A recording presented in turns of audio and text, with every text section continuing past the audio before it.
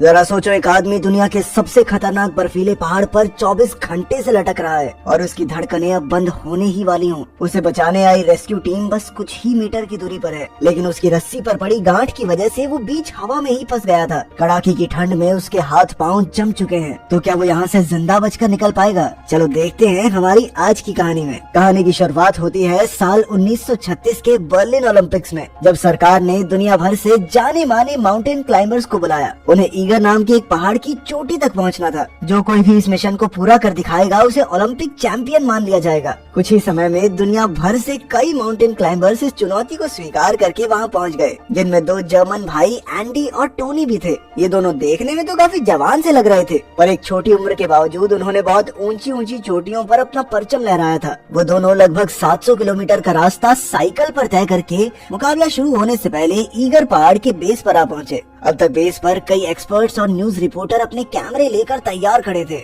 इस पहाड़ की चढ़ाई एकदम सीधी थी, तो दोनों भाइयों ने लगभग 10 दिन तक सोच विचार करके अपना रास्ता तय किया। साथ ही उन्होंने रास्ते पर जगह जगह काम के औजार और खाना भी रखा, ताकि उन्हें चढ़ाई के दिन कोई तकलीफ न आए। आखिरकार एक चांदनी रात को वो पहाड़ चढ़ने निकल पड़े, लेकिन जैसे जैसे दिन चढ़ा वैसे ही बाकी खिलाड़ी भी तेजी से आगे बढ़ने लगे और धीरे धीरे मुश्किलों की शुरुआत हो गई। टोनी पत्थर पर रस्सी बांधने के लिए कील ठोक रहा था कि अचानक थोड़े पत्थर नीचे गिरने लगे। एंडी ने ये आवाज सुनी तो वो तुरंत हट गया, मगर ये पत्थर सीधा हेनरी नाम के एक ऑस्ट्रेलियन खिलाड़ी को लग गए और उसके माथे से खून बहने लगा। उसे देखकर एडी नाम का एक खिलाड़ी कहने लगा कि भाई तू इलाज करवा ले नीचे जाके, मगर हेनरी अपने देश की फौज की तरफ से आया था और वो यूं ही हार कर वापस लौटने को तैयार नहीं था। इसीलिए उसने किसी भी हाल में चढ़ाई जारी रखने का फैसला किया। इसके बाद जब टोनी और एंडी 2800 मीटर ऊपर पहुंच गए तो उन्हें एहसास हुआ कि यहाँ से तो पहाड़ भाई एकदम सीधा है, इससे ऊपर जाना एकदम नामुमकिन लग रहा था। तब एंडी ने एक खतरनाक रास्ता निकाला, जिसके मुताबिक वो लटक कर पहाड़ की दूसरी साइड जाएंगे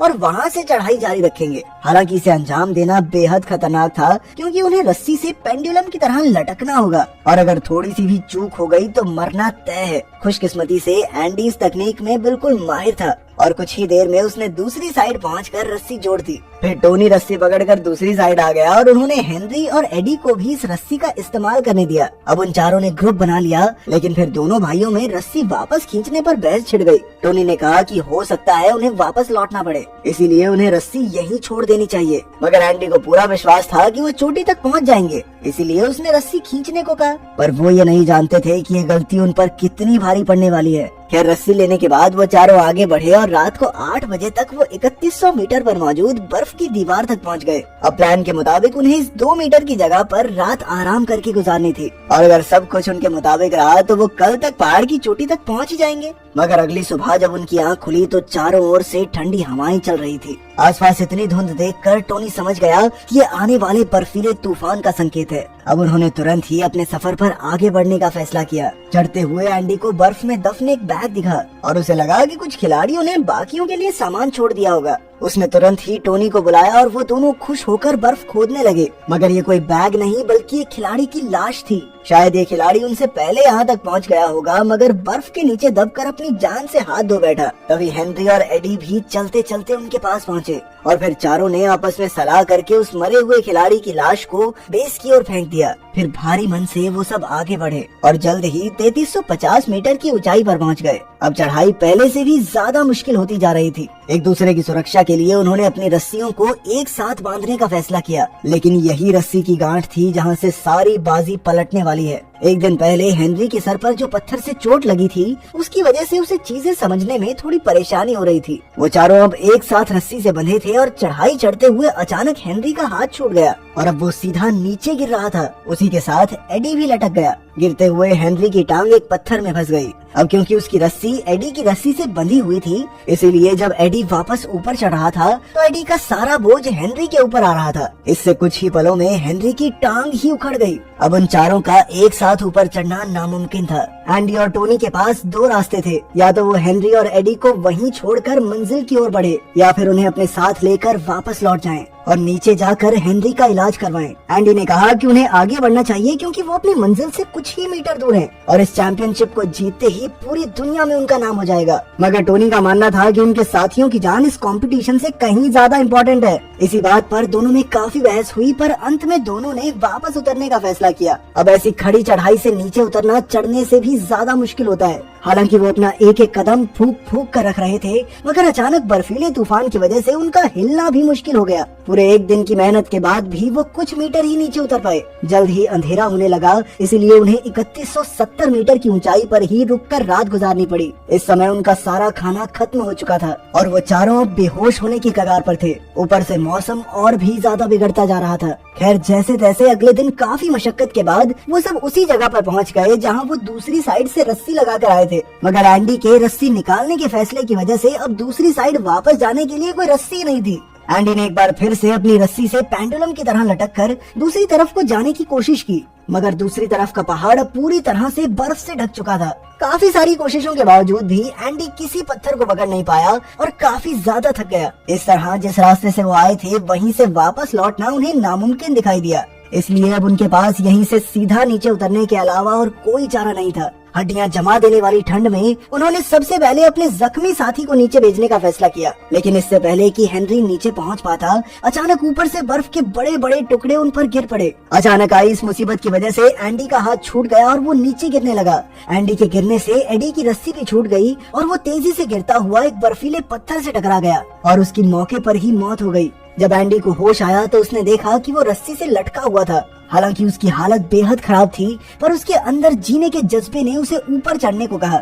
ऊपर चढ़ते हुए उसने देखा कि एडी मर चुका था, मगर यह शोक मनाने का समय नहीं था, इसीलिए वो चुपचाप आगे बढ़ता रहा। मगर कुछ ही पलों में एक और बड़ी मुसीबत उनके सामने आ गई। जिस जंजीर से उन्होंने अपनी रस्सी बांधी थी, उसकी पकड़ धीरे धीरे छूटती जा रही थी। टोनी के काफी कोशिश करने के बाद भी जब उसकी पकड़ मजबूत नहीं हुई, तो एंडी समझ गया कि अब ये जंजीर 4 लोगों का बोझ नहीं झेल सकती। आखिरकार अपने भाई टोनी की जान बचाने के लिए एंडी ने अपनी रस्सी काट डाली। इससे वो भी हेनरी और एडी के साथ खाई में गिर गया। अब उन 4 लोगों की टीम में से सिर्फ टोनी ही जिंदा बचा था। वो अपने भाई की मौत पर फूट फूट कर रोया, पर अब अपनी जान की हिफाजत करना भी जरूरी था। इसीलिए उसने अपना स्लीपिंग बैग निकाल कर यहीं पर इंतजार करने का फैसला किया। पर बैग खोलने की हड़बड़ी में अचानक बैग उसके हाथ से फिसलकर सीधा खाई में गिर गया। अब टोनी का दिल बैठने लगा, क्योंकि बिना स्लीपिंग बैग के वो ज्यादा देर तक जिंदा नहीं रह सकता। मगर जल्द ही उसे एक रेस्क्यू टीम के आने की आवाज सुनाई दी। असल में बेस पर मौजूद रिपोर्टर्स को एहसास हो गया था कि पहाड़ पर खिलाड़ियों को काफी मुश्किलें आ रही हैं। इसीलिए उन्होंने मुसीबत में फंसे हुए खिलाड़ियों को निकालने के लिए रेस्क्यू टीम्स भेजी। जब रेस्क्यू टीम को टोनी की मदद की गुहार सुनाई दी तो उन्होंने तुरंत उसकी लोकेशन का पता लगाया, लेकिन बर्फीले तूफान ने कई कोशिशों के बाद भी उन्हें टोनी तक पहुंचने नहीं दिया।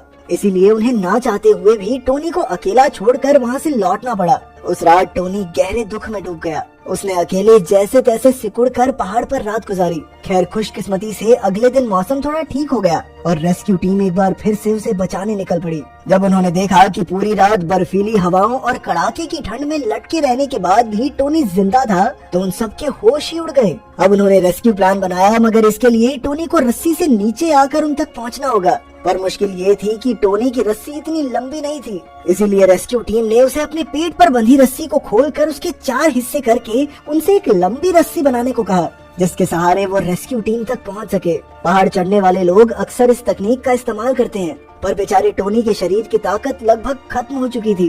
खैर, जैसे तैसे उसने ये काम भी किया और रस्सी नीचे लटका दी। मगर फिर एक नई मुसीबत उनके सामने आ गई।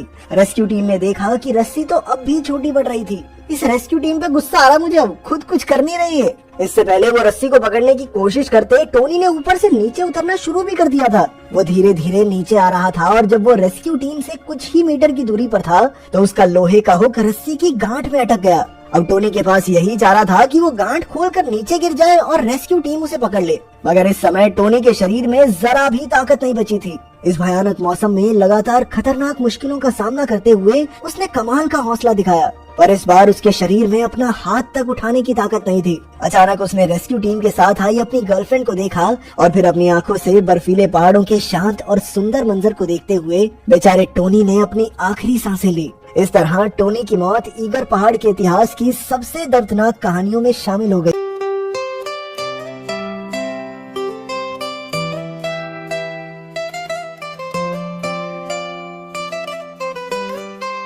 तू अखियां दे ना देने, तू दिल दे करीब आ, माही मेरे सोनिया, तू जान दे करीब आ। तेरे बिना जिंदगी जीना बड़ा सौखा, एक पल तेरे बिना साली ना बनोखा, तेरे बिना दिल का धड़कन भी बड़ा सौखा।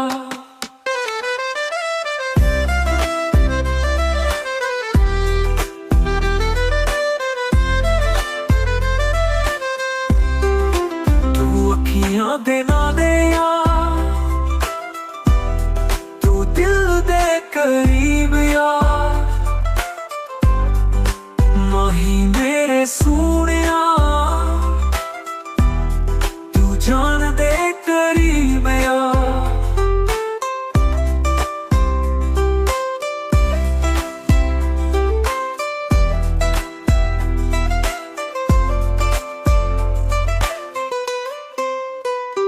तेरे प्यार दी खुशबू मेरे दिल विच बसदी, तेरे प्यार दी याद मैनू पल पल दसदी।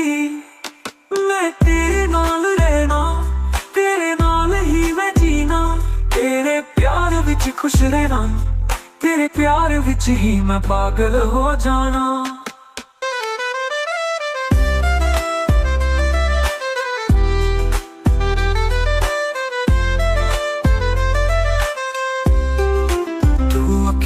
दे ना दे यार, तू दिल दे करीब आ,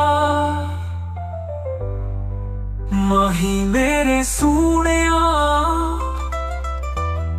तू जान दे